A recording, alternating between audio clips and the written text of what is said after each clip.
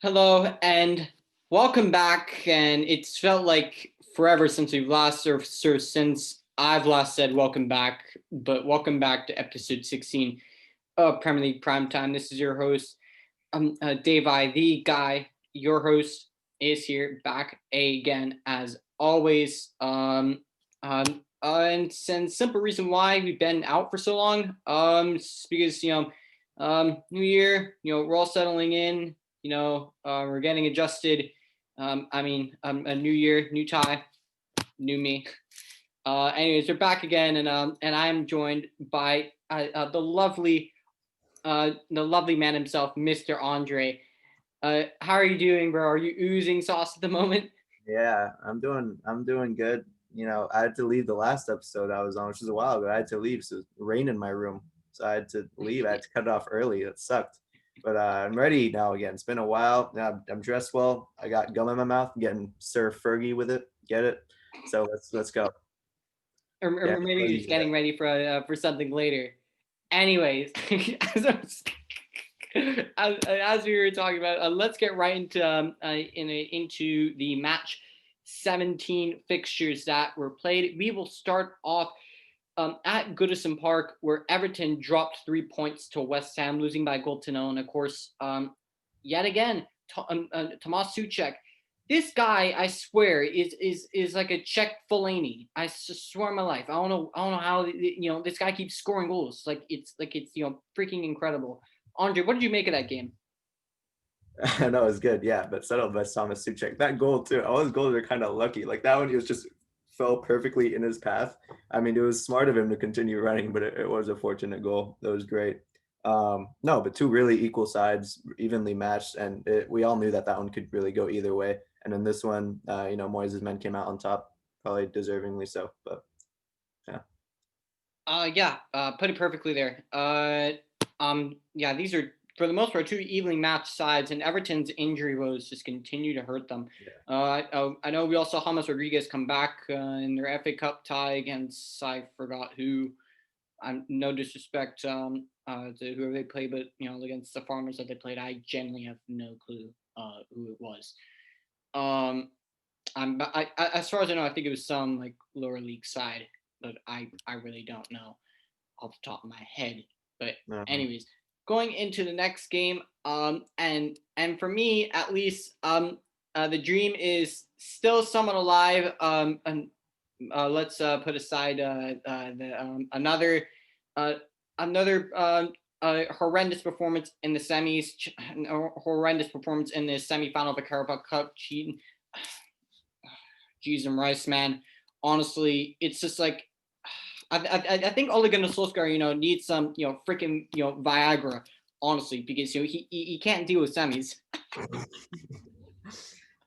Anyways, okay, no, all right, buddy. Oh my God, all right, that'll go on the gram. Jesus, all right, clever, but I all right, swear, bro. clever. I swear. I'm sorry, but I had to throw it out there. I All had right, to throw it that was out good. there. Anyways, Okay. Manchester United, um, regardless of the Carabao, Manchester United still doing very well in the Premier League at the moment. Two tough games in a row. First, Wolves to end the year, and to start the year, we hosted Aston Villa, and my side valiantly won that game by 2 goals to 1. Anthony Martial, as much as you want to criticize the guy, he's actually been scoring some goals as of recently, so I'm very happy for him. Bertrand Traore scoring in the 58th minute, and then who else but Bruno Fernandes scoring another penalty, which is lovely. You I just honestly don't care. I don't care how you get the 3 points at this point. Just keep up with Liverpool. Don't care. Don't give a shit. You know what? It's just like, if we get the 3 points, it's all that matters because, that's the most important thing for me. 2-1 victory at the end. I'll start with my thoughts. I do have to say, unlike the Wolves game, we were instead of being on the front foot, Manchester United after I guess really you could say after that Bertrand Traore goal, you could say Manchester United were getting pinned back a lot of that game, and I was getting quite nervous, especially with Jack Grealish in there and Ollie Watkins, but but I saw something that I haven't really seen Ole Gunnar Solskjaer do? And Andre, you want to know what Ole's now done for 2 consecutive games? What is He that? starts a pacey center back that complements his captain. Wow, it's not fucking rocket science, isn't it, Andre? No, it's not. Wow, I guess he's seeing that starting Eric Bailly next to Harry Maguire actually does Maguire some good.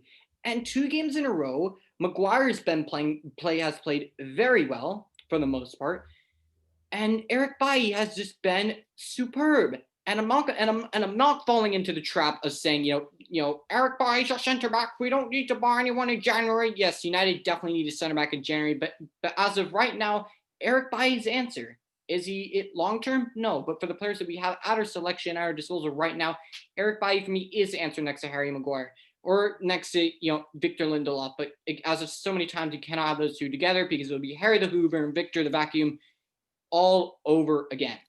Or Axel Tuanzebe. Anyways, I'm yet again getting sucked in too much into center back talk as always. But yeah, very happy, very pleased with the performance. It was a well-grinded win at the end of the day, and I just have to say, personally for me, I'm very happy with the result. And again, and I think the biggest. I think they gave Bruno the man of the match, but I think it was all evident who we know man of the match was, and that was Eric Bailly, and he had another brilliant performance. Thoughts on the game, Andre? Yeah, I do want to say I know I've shot on both, but I thought that first goal with the Wan-Bissaka connection to Martial, that was clever, and you've seen that in a lot of moments from Manchester United, that starting 11 where they each have that bit of cleverness, that ball from Martial to pull back and Bissaka to read that to hit it in front of the defenders rather than behind them. It was really well worked. I thought the Villa goal against you guys, I thought it was really disorganized at the back. There was that big gap in the middle, went through Shaw's. I don't know. I didn't like how you were looking for that one. But yeah, honestly, when you said Villa were on their front foot, it's hard to think of any game where a side has gone against Villa and and restricted them from doing that. You've got to give Smith some credit there because I feel like Aston Villa have gone into every match at least at some point really putting the pressure on the other side's defense. I don't think they've gone into a match where they've completely been outpossessed, outplayed. I mean, they've obviously even did it against Liverpool in that abomination 7-2. But yeah, that was that. And then I think every neutral fan will say it. Controversial penalty. I'm always, anytime I see Pogba go down in the box, I'm like, no, it's not. 90% of the time, it's not a penalty. I didn't think it was a penalty that time, but most neutral fans are United haters, so we're gonna say it's not a penalty. But whatever. Manchester United, exactly what you said. They grinded it out, got the job done, and they're at joint top for a reason, and I think they have a good chance of going top this weekend. Yeah.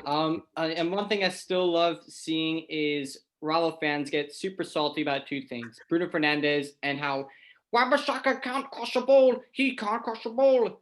Yes, he can. He can cross the ball. And he put in a brilliant cross for Martial's goal. And we've seen these two link up, so many times. And Wan-Bissaka is just getting better and better and better. And there's a reason why I rate this lad so highly. And there's a reason why I say he's up there for being arguably the best right back in the world. There's a reason why I say it. I'm not saying he is the best, but that's why I say he's up there. He's up there, Andre. He is up there. He's 100% up there. He's up there with Trent. In my opinion, he's up there with Trent. In my god honest opinion. In the Premier League, I know Liverpool fans will have a riot if I say he's the best but for me, he's the second best right back in the Premier League. No, I mean, my god honest opinion, not even being biased. I mean, who's better than Wan-Bissaka? Don't say Kyle Walker. Because Kyle Walker's gone to shit. Don't say Reece James because he's inconsistent. They're both better. Okay, Reece James has been brilliant, and Walker was brilliant up until his run as He's City's best player in my opinion. So I still think he was class. You look at is Wolves' Alt-Nouri, is he a right back? I'm not sure. No, he's a left back. Okay. Well, all right. What about Brighton's guy? What's his name? Lamptey. He's Lamptey. He's very good. I like Lamptey. Yeah, he's a class player. But no, I got him in January. Back up to Wan-Bissaka. I know that would never happen. But nope. No, I think Bissaka still has way to go. I think there's more credibility to the argument that he can't cross to then the evidence that he can cross. I think he still has to do it more in order to be considered a good modern fullback. But he is, I think, He's defensively. getting better. Yeah, and Yeah, he's improving. He's improving. He's Mhm. improving. Yeah, But yeah, it, yeah. credit to him for that cross. Seriously. Yeah, 100%. Yeah, and I know we're spending ages on Manchester United, but the last, Wan-Bissaka Wan-Bissaka is an unfinished product. He's Mhm. he's still an article in the making, and he's only going to get better and better and better.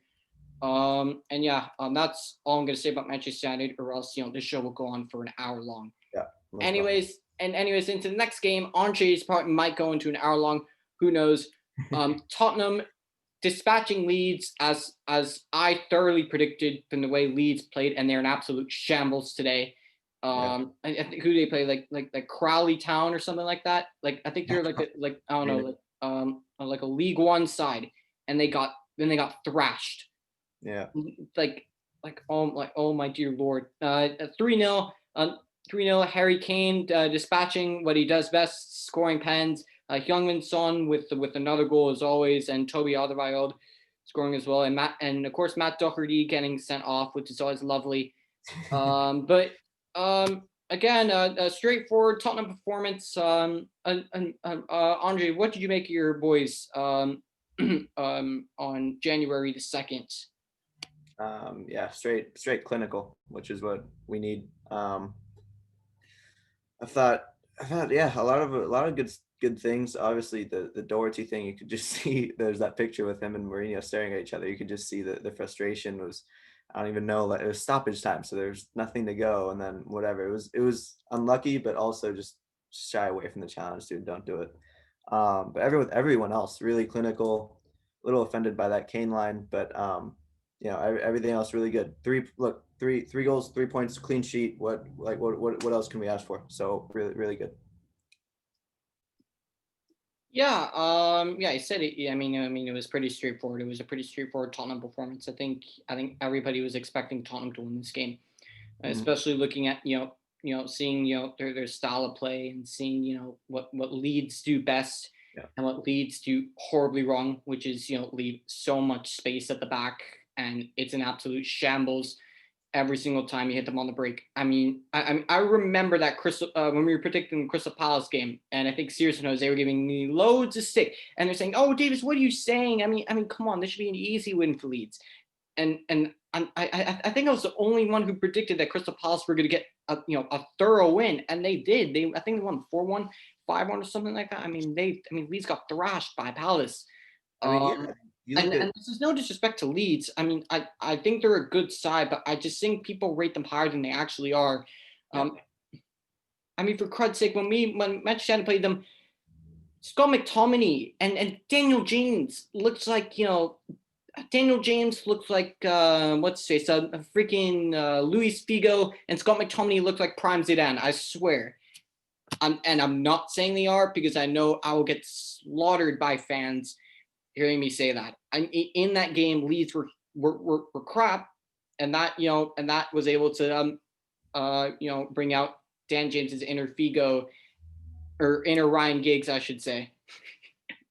Yeah. And I know Andre's gonna slaughter me for this one as well. No, but you look at Palace and Leeds on, I think you ask most neutral fans, we're going to say, Leeds is a much better side, better coach, probably, even though, but the fact is, if you look at the complete puzzle, what each side has to offer, whatever, then Palace are much more complete than Leeds. Obviously, their attack isn't maybe as fluid as entertaining as Leeds, but it's still plenty. You've still got a great front three, really good quality, and a generally solid back line, and just talent in midfield. So yeah, I think we are possibly giving Leeds too much credit, and that loss in the FA Cup just demonstrates that. Yep. Anyways, into the next game. And Crystal Palace hosted Sheffield United, and what a surprise! Palace won by 2-0. Goals scored by Jeffrey Schlupp. And again, by the new signing. Yep. Forgive me if I get the name wrong, but Eberiche Eze again. What did you make of this game, and how good is Eze? How good has he been for Crystal Palace this season? Really good, I think, in terms of like just young prospects. For me, he's a world class prospect. For me, I think he's just really brilliant. he ran across that pitch and he made it look easy. I'm not going to say Eze because everyone's made that joke on Twitter 1,000 times, but it's really solid from him. And Palace just, winning against Sheffield United seems to be a trend this season. So Yeah. I mean, I don't have anything more to say about that, but yeah, I mean, you covered everything. It's very simple, easy, straightforward performance by Crystal Palace. And again, Sheffield United, as I said in the title last week, defensively they are an absolute shambles. And I will say it again, and people have disagreed with me so many times. Literally, Dean Henderson was such a massive reason why they finished where they were. I mean, Sheffield United, let's face it, they played counterattacking football. They literally, but they were the perfected, kind of like, I mean, I remember that season when Leicester won the Premier League and people thought Leicester had this style of football. It wasn't. They didn't have a style of football. They hit teams on the break. I'm not even joking. People can hate on me as much as you want. But, I mean, they had pacey wingers back when all Brighton had pace. They had all Brighton and Mahrez on the flanks. And then they had Jamie Vardy, starting down the middle with who played up front with Vardy? Because they played the 4-4-2. Wait, the Japanese guy. Yeah. What's his name? Okazaki? Is his name Okazaki? Yeah. Okazaki. All right. I haven't thought about him in a long time. Shinji. Oh yeah. Shinji Okazaki. Yeah, and it was back when he had pace too, and both of them would just be standing up there, and they constantly teams on the break, and that was when every top team in the league was crap. I mean, and that's when Tottenham for the first time, actually looks like a big team. No, it's true. We did. That was our coming about season, but then your coming of age season. Bottled it in the end, but it's good. It's good. It was a good season. Good season. Still enjoyable. Yep. Screw Hazard, but let's go. Anyways, going to the next game, and this was one of the most wild performances of the weekend, probably one of the most wildest games I've seen in out of the whole season. Brighton hosted Wolves, and Brighton was able to get a 3-3 draw in this game. For Brighton's goals courtesy of Aaron Connolly, Side Guy's favorite, Neil. Oh, Maupay's won it at the end, and Captain Marvel, Lewis Dunk, and then goals from Wolves courtesy of again Roman Saiz with another header off of another set piece, a Dan Burn own goal, and a Ruben Neves from the spot. Yeah. Andre, what did you make of this wild game? Yeah, it was really wild. I mean, I had Brighton were the better side. I mean, Wolves were up 3-1. They had to come back, Brighton, but they did it so well. And I'll keep complimenting the way that Brighton play, but it's just they just have, because they have the quality in their play style. The players know what to do. It's just they just need something that maybe they just need that nitty gritty to just keep it tight at the back. I don't know what it is, but they're still a quality side. And I thought they outclassed Wolves that day. Wolves are obviously a good side. I mean, the threat of some of those players is crazy, but Brighton I thought they were the better side completely. They no way and would they deserve to not come away with something from that match. So I was really happy for them to take the draw at least. Yeah, and as a Brighton fan, this must be really frustrating. Because as I've said so many times, you could see the Brighton that are in absolute shambles and are all over the place, and then you can see Brighton, like they were against Wolves, where they should have had 5, 6, 7 goals. Yeah. And if it weren't for Wolves' defense, they probably would have conceded 5, 6, or 7 goals. Yeah, even didn't Brighton hit the post 5 times against you guys? Wasn't that you? Yeah, I think so. I feel like Brighton is just we were lucky. We were so lucky. Seriously, we were so lucky. Brighton we were very lucky. They just need something. They just need something, but they're seriously quality. I really hope they don't get relegated. I hope they survive. But yeah. I think they'll survive. I think Brighton are good enough to survive. They have the tools. They have the players. For me, if you're asking me who goes down, I think Burnley goes down along with West Brom and Sheffield United. I think those 3 go down. Wow. What are you thinking? I still think Burnley will survive it. I think I'm still gonna stick with the populars. I think Fulham, West Brom, and Arsenal. I'm kidding. No, Sheffield United. Well, anyway, speaking of Arsenal, we can't really hate on Arsenal too much. And I know it's only West Brom, but Mikel Arteta's men went to the Hawthorns and they won comfortably by 4 goals to 0. Goals courtesy of Kieran Tierney. That was a brilliant goal he scored. To be honest with you, he chopped it, cut it inside, and then with a right foot belter, that was a lovely goal.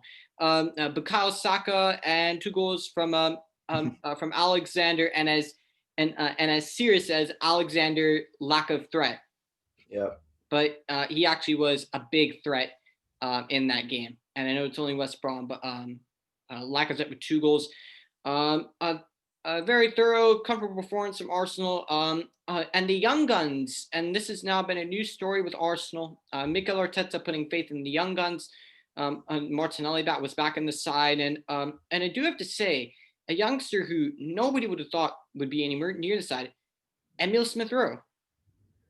He's been very impressive. And what did you make of this brilliant Arsenal performance? That I know you were crying your eyes out and sweating tears of how much enjoy you were and awe you were of this brilliant Arteta masterclass performance, Andre.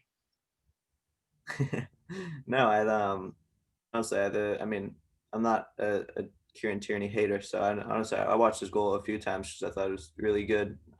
Similar to stuff Ben Davies has done back in his day, but it was really quality all from the goals, talent in their youth. Seriously, Arsenal. I think when you look at some of the lack of the motivation of the senior players, I think Arsenal are a side whose future is in their youth, and that's probably where they're going to have to build up. From the West Brom perspective, I think going into this match, I felt like Allardyce and his men were still somewhat living off the hangover of that draw at Anfield, and they've capitulated in the last 2 matches. But I think they're done with that. I think we'll see what they have to come. I'm not sure whenever they next play. I'm not sure who it is, but yeah, I just think they need to come back to reality and realize that they're still a struggling side. Okay, it takes more than a draw at Anfield to stay in the Prem. Okay, it takes a lot of matches. So yeah, I think that's what I have to say about the match. One thing I've noticed with West Brom is, and one of their best players in technical ability, Mateus Pereira. I have not seen him start a single game under Sam Allardyce. What did you make of that notice? I mean, Allardyce has had a trend of doing that with a few players throughout his managerial career. Maybe it's to motivate Pereira, or maybe he just thinks he can do it without him. But it's not question the big Sam. He knows what he's doing. Not, I don't know actually, but yeah, I just think it's a trend that he's done. I think he saw Tejas Pereira we'll see what the purpose is. We'll have to wait, but this isn't a new move in the Allardyce. I don't know, manager style. Yeah. Anyways, going to the next game, and Newcastle hosted Leicester, and they lost by 2-1. For Leicester, goals courtesy of James Maddison, who scored an absolute worldie. It was a wonderful, brilliant goal from James Maddison, and Yuri Tillemans back on the score sheet. And then for the first time in 8 years, Andy Carroll scoring a Premier League goal for Newcastle. I know Carroll's goals are very rare, are like spectacles, and are very rare to see. But he did score for Newcastle. What did you make of this game? Yeah, it was a good game. I thought. I mean, he had a goal disallowed, but even without the goal, I thought Vardy was seriously brilliant. The assist for Madison's goal was seriously really quality. The way he dribbled and made that just perfect weighted pass. So for me, I thought Vardy really wanted the game for Leicester, along with their midfield. They're both on the score sheet. Their midfield. They've such a quality midfield. I'll keep saying it. We keep saying it. Leicester, we just don't. It's still that thing of we don't know how Brendan Rodgers is going to set up. Okay, I think he's starting to see what he has in that midfield, but still, we don't know what to expect from Leicester a lot of the time. From Newcastle perspective, I think they're struggling. Probably another inconsistent side. I think we all believe in some of the quality they have, and Callum Wilson and a lot of Andy Carroll, Max Aarons, but and their goal. They have great guy between the sticks, but yeah, just Leicester, just better side on the day, better side. Max Aarons, it's no, it's Jamal Lewis, bro. God damn it, Jamal Lewis. But if Jamal you're talking about potential new right back or rival Manchester United, yeah, you could say Max Aarons. Yeah, I associate the two with the same. Jamal Lewis, that's what I meant, not Max Aarons. I was thinking of Jamal Lewis. Everyone knows that. Let's go. talk so I don't feel embarrassed. Anyways, we'll move into the next game. And this was, the most popular tie of the week or the weekend. First match of the new year. Chelsea against Manchester City, and this was just men against boys. Manchester City thrashing Manchester City thrashing Chelsea, and let's be honest, it could have been 5, 6, or 7 goals. It could have been. It was a Pep Guardiola masterclass of a performance. Goals courtesy of Ilkay Gundogan, Phil Foden, and Kevin De Bruyne, of course, and Callum Hudson-Odoi scoring a consolation for Chelsea. And it just shows Chelsea at the moment. We all thought, I thought I was guilty of it. We all thought, that Chelsea were title contenders, kind of like Tottenham. But even though the difference is that one's a big club and the other is, very small. 4 points off the top, yeah. But in reality, it's some things paper over the cracks. And as well as Mondi has been doing, as well as Zuma and Thiago Silva have been doing. As of recently, they've been an absolute shambles, and Lampard is now seriously, and I mean seriously, on the hot seat. In my opinion, a lot of Chelsea fans have turned on him, even though and there's I've seen this before, and I've seen it associated now with Ole Gunnar Solskjaer, as fans are just turning on him, saying, "Look, we love you as a player, but as a manager, you're just not good enough, and you need to be out the door."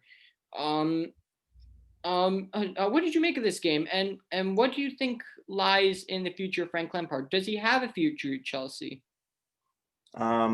Personally, I think he does, but I understand the arguments why he might not. I think everyone's saying you as a manager, you have everything one could ask for: quality academy, quality senior players. You've had loads of money to spend in the transfer window. You're at a big club. It's one that you have history at too. You're a hero there. So it's like, yeah, everyone's saying you have all the tools possible. So when he's underperforming like this, that's why he's going to come under scrutiny, because this is a perfect place for a manager to be. But I still think he does. I still believe in Lampard, unfortunately. In terms of the match, seriously dreadful. City were just better on the counterattack. I remember seeing 5 or 3s, things like that. On the counterattack. Look at it. They counterattacked a few times. That's their couple goals. I know. No, I'm saying that's something totally new. I mean, Pep Guardiola is never a manager who counterattacks like anybody. Yeah, but that's how bad Chelsea were. I mean, they literally resorted to tactics that Pep Guardiola would never even go near playing. I mean, that's how absolutely abysmal Chelsea were. Terrible. Yeah, it was a surprise. I think, yeah, they've done it, and Ilkay Gundogan, I think that's his. I don't know how many now. He's scored in a few games now. Surprising. I swear, I feel like every time Gundogan scores, I feel like wow, Gundogan scored. It's been like forever, but Gundogan's been like he's been in and he's been scoring goals for City this year. I swear, I always forget about freaking Gundogan. I always forget about freaking Gundogan every time, man. Every time. No, I mean this is the first year that he's doing it though. I think they've really had a lack of goal threat in City, and he's apparently coming out. They're fine. Pep Guardiola's capitalizing off it. It's a few consecutive matches now that he's scored, so that's a surprise. But yeah, City were just miles better on the day. It was frustrating for fantasy owners of City defenders to have concede that late goal. I got rid of Zuma because it's every time, and I've said it with Watkins and Bamford and Wilson. Every time I get a player, then when they play well, it's either it happens instantly or 2 weeks, they just turn to shit. It happens to me every time. Like that 1 week where I think you captained Zuma and you got like, I don't know, you got like 15 points or something. I don't even remember. And I looked at myself, all right, yeah, you know what? Yeah, Gabriel, you're out. Zuma, you're in. Literally was good for 2 weeks, and now you see he's just been shit. He's been so bad. Like what the hell? This is not even funny. See, you guys react. See, I predict. That's why I'm at the top of the league. Okay. Tactical genius, Andre. Your lead is slipping though.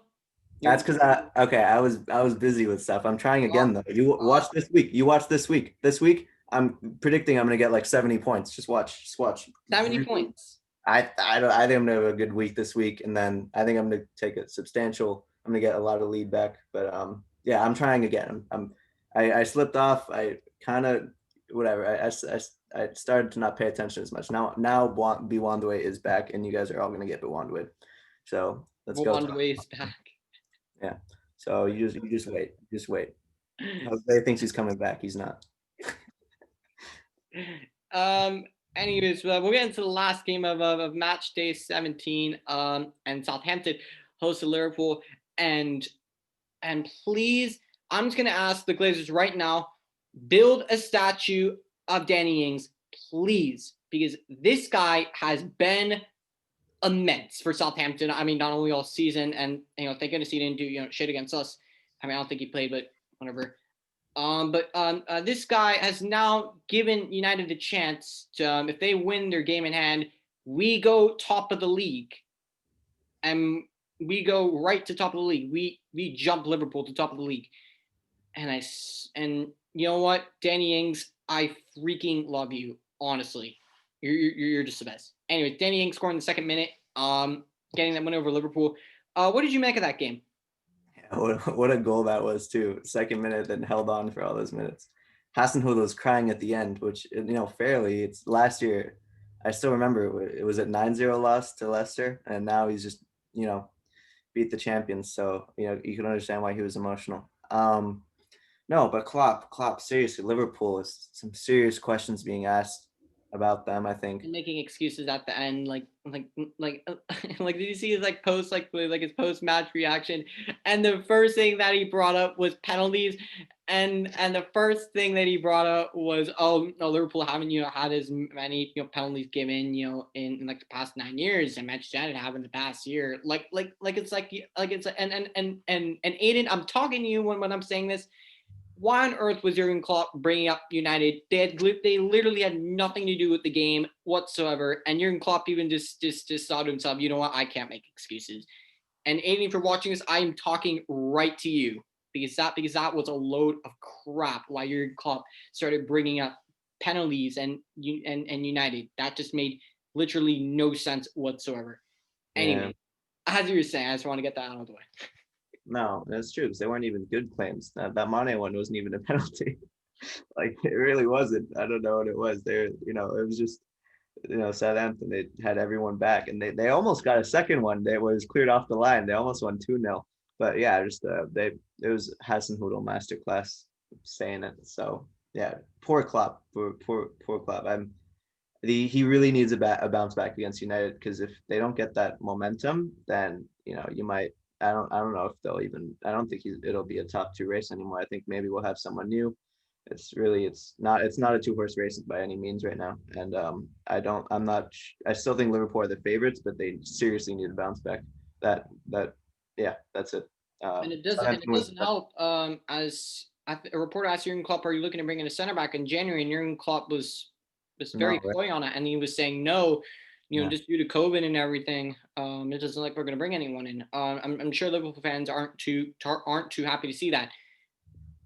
I'm happy. For me, I hope Matip and whoever is Matip, Van Dijk, and Gomez. I hope they're injured for ages. I love seeing Jordan Henderson playing center back. It's amazing to see what Jordan Henderson can do at center back. His magical world class defensive properties just make him a brilliant center back. We all love to see it. Yeah, no, again, no one taking charge. I honestly think if none of their attacking players, I think they were all pocketed. I think maybe that's where you needed the Diogo Jota effect, maybe just bring that extra spark. They brought in Thiago, but again, he was Thiago, bro. You keep saying Thiago, man. Thiago, fine. Thiago Alcantara. It's with an H. There's an H in there, I'm pretty sure. The H is silent, mate. Thiago. Is it though? Whatever. Hablo español, David. Yo hablo español. All right. Anyway. Yeah, he was only able to coordinate the midfield, which their midfield press is fine, but it was the defense. Southampton were sat back. That's where they couldn't get through. So it was Southampton. They were equipped and they held on. Tears of joy at the end. Good job, Southampton. I'm sure Davis is crying tears of joy too. I was 100% crying tears of joy. That was one of those beautiful games I've just ever seen when I heard that final whistle go. It was one of the most beautiful things I've ever heard in a long time. Anyways, we're gonna go into match day 18. There are only 6 games playing. And one of them is a freaking a rescheduled game from match day 1, starting with bloody Burnley hosting Manchester United. And this is what I'm going to say right now. I think Manchester United will win this game. It will not be graceful. It will not be comfortable. It will not be easy in any way, shape, or form. And I know Ole Gunnar Solskjaer, because Victor Lindelof is like half fit, and we all know how much he loves his Victor the Vacuum and Harry Maguire partnership. Even though it's not rocket science that Harry Maguire plays a lot better next to a pacey center back. I think he's going to unfortunately bring Lindelof back into the equation, and it's just going to be an absolute shambles in terms of just dealing with someone like Chris Wood and the aerial ability. Harry Maguire, when we originally bought him for how good he was in the air, and he's been struggling in the air, to be honest with you. I mean, he scored 1 header this season, I think. He hasn't done too much in there. But yeah, I think Manchester United will get this one over the line. And please, Ollie, just please, if we're a goal down, don't bring Donny van de Beek on for the last 4 minutes. Just please. And honestly, like if you're gonna go with a diamond, just give Donny a chance, man. Give him a chance. You gave him a chance in Southampton. He was arguably our best player in that Premier League game. He was arguably our best player, but that was just because his favorite McTominay was injured. McTominay had a good game against Watford, but I honestly do not care. He was not man of the match. Donny van de Beek was, in terms of controlling balls, in terms of passing accuracy, in terms of chances created, Van de Beek is better. He's such an intelligent player, and I just don't get why Ollie just. Yes, I know you didn't get Grealish, you didn't get your first choice, but this is still a player who arguably, in my opinion, I'm not saying Van de Beek is better than Grealish, but for the price you bought him at, and in terms of just adaptability and intelligence, he is a better player. From that point, I'm not saying in terms of performances this season, because I'd be on crack to say that. But yeah, anyways, refocusing, because I know I'd be going on for an hour and I'd be waffling on, as Andre would probably say. I think Manchester United wins this game. What are you thinking?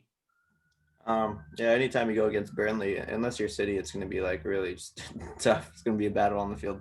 But yeah, I think it seems like every goal in this match is probably going to come from a set piece. I'm just getting that feeling. I swear, I know we're going to do zone marking. It's going to piss me off.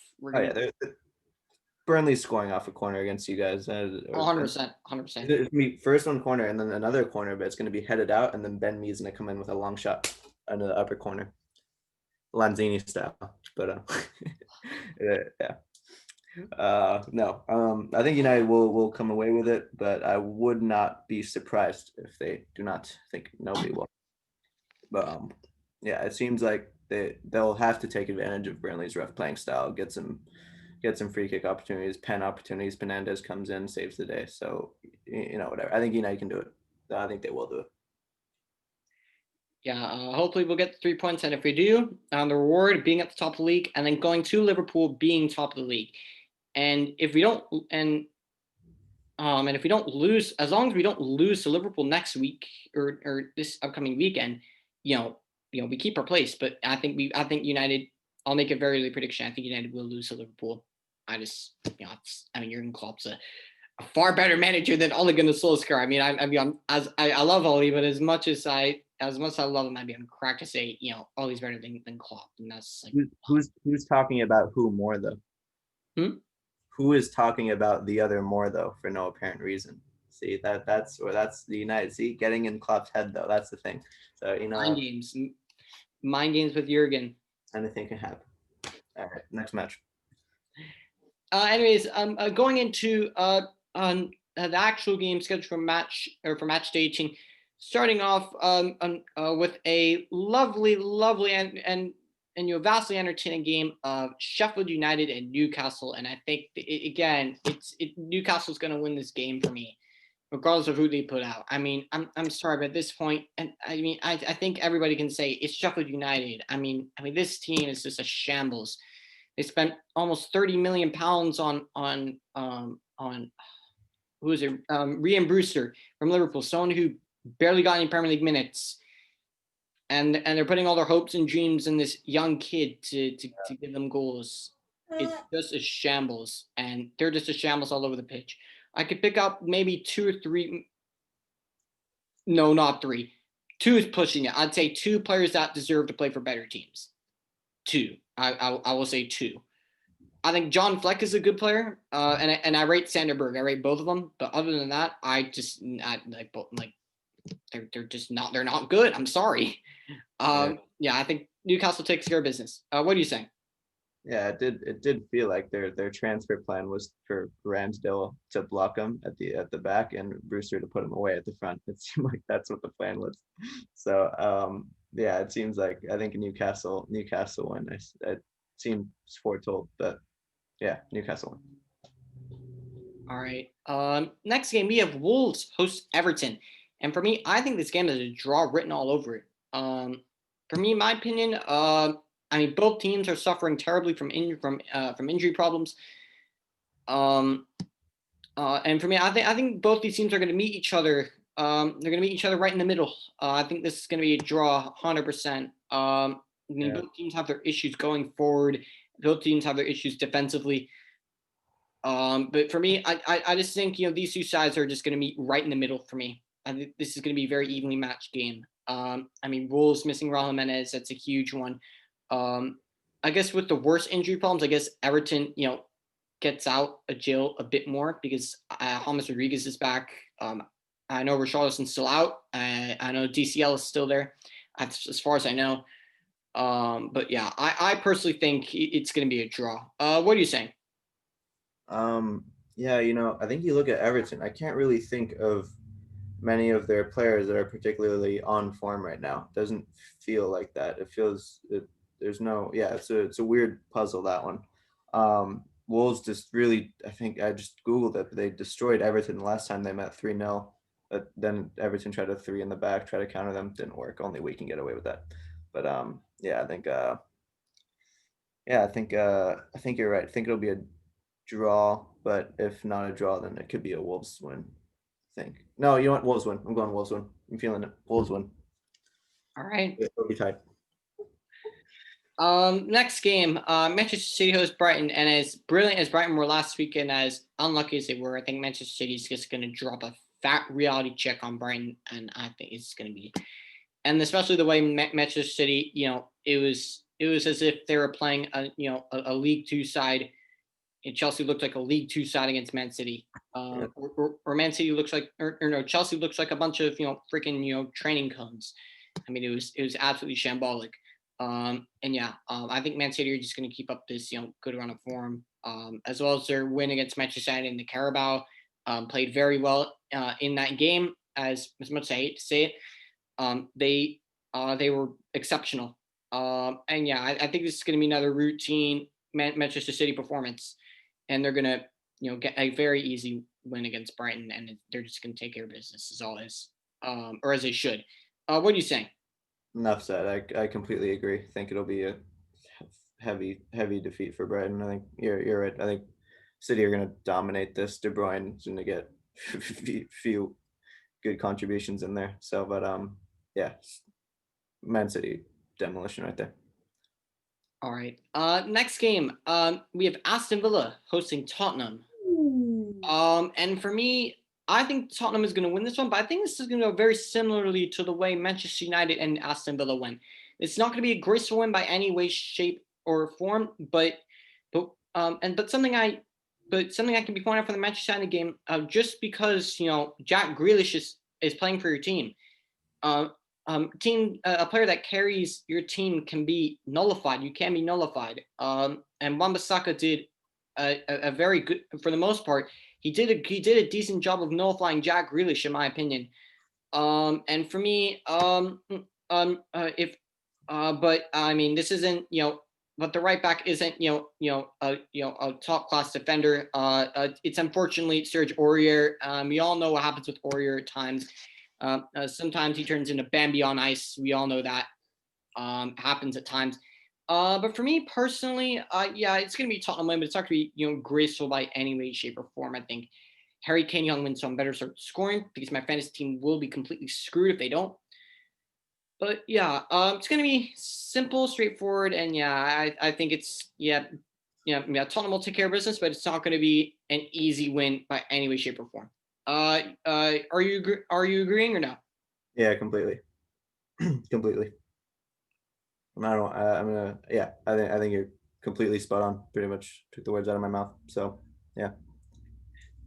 Well, there you have it. And the last game, um, Oh. Arsenal against Crystal Palace. And one thing I will say, as well as Arsenal's young guns have been doing, do they have the discipline to maneuver themselves past and let's be honest here, at times a very very solid Crystal Palace backline, and Arsenal's record against Crystal Palace hasn't been the greatest, and I'm not usually one to bring up records, but I just know in terms of records, um, I know Arsenal. Um, I think I know they drew Crystal Palace at home last season. I forgot what happened on the road if they won or not. But I know both games under Emery's first season did not go particularly well at all. Emery drew that game or drew his first game. I think they drew like 2-2 or something, and then of course that where Mustafi just turned into Mustafi, and that was the first game where they threw away their chances of top four. And where I think Crystal Palace won the game at 3-2 or something, and they were, I mean, also absolutely they were shit that game. They were shit. But for me, I know this is gonna sound harsh, but for me, I think this is gonna be a draw. I think I know it's serious watch this, so think I'm on crack. But to be honest with you, but it depends what team selection Arteta puts out. I think the young guns are gonna have a difficult time breaking down Palace. Um, but I think this will be. It's either going to be an Arsenal win, but nothing graceful or easy by any way, shape, or form, or it's going to be a draw. That's what I'm thinking. What are you saying? Yeah. I think if Palace are gonna do any harm, it's gonna take a solid backline and just really trying to dominate that midfield. I don't think they can lose the midfield battle if they're gonna have a chance at this. Really. Um, Hopefully, it's Xhaka and El Neni. Please, I'm hoping. yeah. Yeah. I don't think I'm gonna go a draw. I think they might. I think Arsenal might end up losing a lead in the end. But I'm gonna go a draw. All right. Well, there you have it from us. And yeah. And anyways, wrap up. Thank you for watching this a lovely episode 16.